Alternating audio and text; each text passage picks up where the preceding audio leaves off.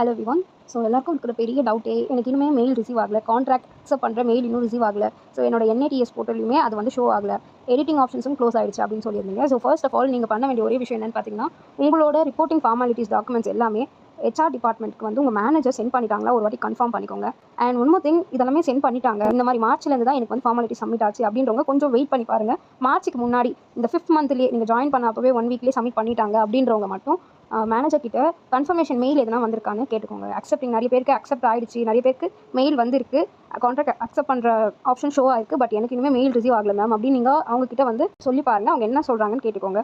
And ஒன்றும் பயப்பட வேண்டிய விஷயமே இல்லை. நம்ம 2 வீக்ஸ் கிட்ட ஒர்க் பண்ணி கம்ப்ளீட் பண்ணியிருக்கோம். ஸோ உங்களுக்கு கண்டிப்பாக மெயில் வரும், ஓகேங்களா? ஸோ அதனால பயப்படாதீங்க. எடிட்டிங் ஆப்ஷன் வந்து க்ளோஸ் ஆயிடுச்சு அப்படின்னு சொன்னீங்க. ஆமாம், அது கொஞ்சம் ஒரு 2-3 நாளைக்கு முன்னாடியே அது க்ளோஸ் ஆயிடுச்சு. நீங்கள் இதுக்கு முன்னாடியே உங்களுக்கு நான் நிறைய வீடியோவில் சொல்லியிருந்தேன், இந்த பேங்க் டீட்டெயில்ஸ் எல்லாமே கரெக்டாக அங்கே ஃபில் பண்ணி வைங்க. அண்ட் அதுக்கு நம்மளுக்கு மெயிலுமே அனுப்பிடுறாங்க, இன்டிமேஷன் மெயிலுமே நம்மளுக்கு வந்துச்சு இல்லையா?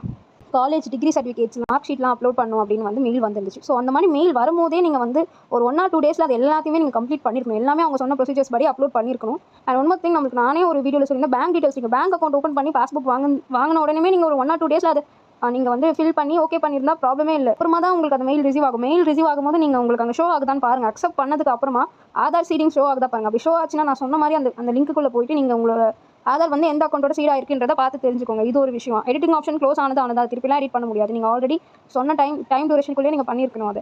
அண்ட் மெயிலுமே ரிசீவ் ஆகும், கவலைப்படாதீங்க. அட்டெண்டன்ஸ் வந்து எப்போ மார்க் பண்ணுவாங்கன்னு கேட்குறீங்க இல்லையா? ஸோ அவங்களுக்கு இன்னொரு இன்டிமேட் வரும். உங்களோட பிரான்ச் மேனேஜருக்கு வந்து அகைன் மெயில் வரும். அந்த மெயில் வரும்போது அவங்க வந்து நம்மக்கிட்ட கேட்பாங்க அட்டெண்டன்ஸ் பற்றி. இந்த மாதிரி தான் மெரிட் லிஸ்ட் ஸ்டூடெண்ட்ஸ்க்கு வந்து ப்ராசஸ் பண்ணியிருக்காங்க. அவங்களே நான் கேட்பாங்க, நம்ம எதுவும் போயெல்லாம் கேட்டுக்க வேண்டாம். கிட்ட வர ஒரு 1 month கம்ப்ளீட் கிட்ட வர அவங்க கேட்பாங்க. இப்போ 3rd வீக் ஓடுது இல்லையா?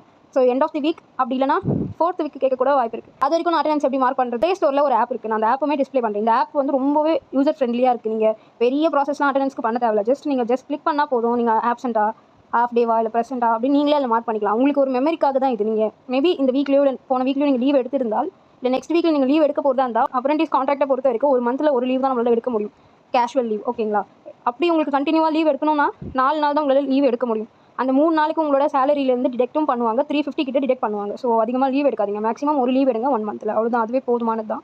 கண்டினியூவாக எடுத்திங்கன்னா 4 days தான் உங்களால் எடுக்க முடியும். அண்ட் நீங்கள் லீவ் எடுக்க போகிறீங்கன்னா ஃபர்ஸ்ட் உங்களோட மேனேஜர் கிட்ட பெர்மிஷன் வாங்கணும். நாளைக்கு லீவ் எடுக்க போகிறீங்கன்னா இன்றைக்கி நீங்கள் வந்து பெர்மிஷன் வாங்கணும். நான் லீவ் எடுக்கிறத 1 day பிஃபோராகவே அவங்களுக்கு இன்ஃபார்ம் பண்ணுறேன். அதுதான். நம்மளுக்கு எமர்ஜென்சி லீவ் தேவைப்பட்டுச்சுன்னா அவங்களுக்கு அந்த இன்சார்ஜுக்கு கால் பண்ணி இன்ஃபார்ம் பண்ணுங்கள். மேக்ஸிமம் எமர்ஜென்சி வர அளவுக்கு வச்சுக்காதீங்க. ஸோ சேலரி எப்போ வரும் மேம்? இந்த வீக்லேருந்து வருமா? மந்த் முடிஞ்சதுக்கப்புறம் வருமா? இல்லை ஸ்டார்டிங் டேட்லேருந்து எந்த டேட்டில் வரும் அப்படின்னு கேட்டிங்களே, அது என்ன நான் சொல்கிறேன்னா, சேலரி வரும்னு இப்போதைக்கு வந்து நீங்கள் எக்ஸ்பெக்ட் பண்ணிட்டு இருக்காதீங்க. அது டிலே கூட ஆகலாம்.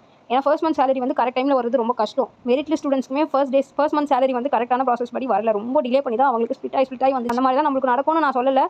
ஆனால் இப்போதைக்கு நீங்கள் இது சேலரி வந்துடும் அப்படின்னு நினைக்காதீங்க. அது கொஞ்சம் டிலே ஆகிறதுக்குமே சான்ஸ் இருக்குது. டிலே ஆகாமல் சீக்கிரம் வரதுக்குமே சான்ஸ் இருக்குது. ஃபர்ஸ்ட் நம்ம கிட்ட அட்டெண்டன்ஸ் என்னைக்கு கேட்குறாங்களோ அப்போ தான் அவங்க வந்து சேலரி ப்ராசஸ் பண்ணுறாங்கன்னு அர்த்தம். அப்போ நீங்கள் அவங்க கிட்ட அதை சொன்னாலே போதும். நான் அந்த என்ஐடிஎஸ் போர்ட்டலில் செக் பண்ணி பாருங்கள். உங்களோட மெயிலுமே ப்ராப்பராக செக் பண்ணுங்கள், வந்திருக்கா இல்லையா அப்படின்னு. ஸோ நம்ம சேனலை ஃபர்ஸ்ட் டைம் வாட்ச் பண்ணுறவங்க கண்டிப்பாக சப்ஸ்கிரைப் பண்ணுங்கள். நிறைய பேருக்கு சப்ஸ்கிரைப் பண்ணாதனால தான் உங்களுக்கு ரிசீவ் ஆகாமல் நிறைய பேர் வந்து என்ன ப்ராசஸ் நடந்துட்டு இருக்குன்னே தெரியாமல் அப்புறம் இஷ்யூவில் மாட்டிக்கிறீங்க. So and one more thing, நீங்கள் டெலிகிராம் குரூப்பில் ஜாயின் பண்ணிங்கன்னா கண்டிப்பாக அங்கே உங்களுக்கு நிறையவே இதை பற்றி இன்ஃபர்மேஷன்ஸ் கிடைக்கும். நான் ஒரு பக்கம் சொல்கிறது போனாலுமே அங்கே இருக்கிற கேண்டிடேட்ஸுமே அவங்கவுங்க ஊரில் என்ன நடக்குதுன்றதை நம்மளுக்கு சொல்லுவாங்க. இப்படி இஷ்யூ இருக்குது, இப்படி நடக்குது.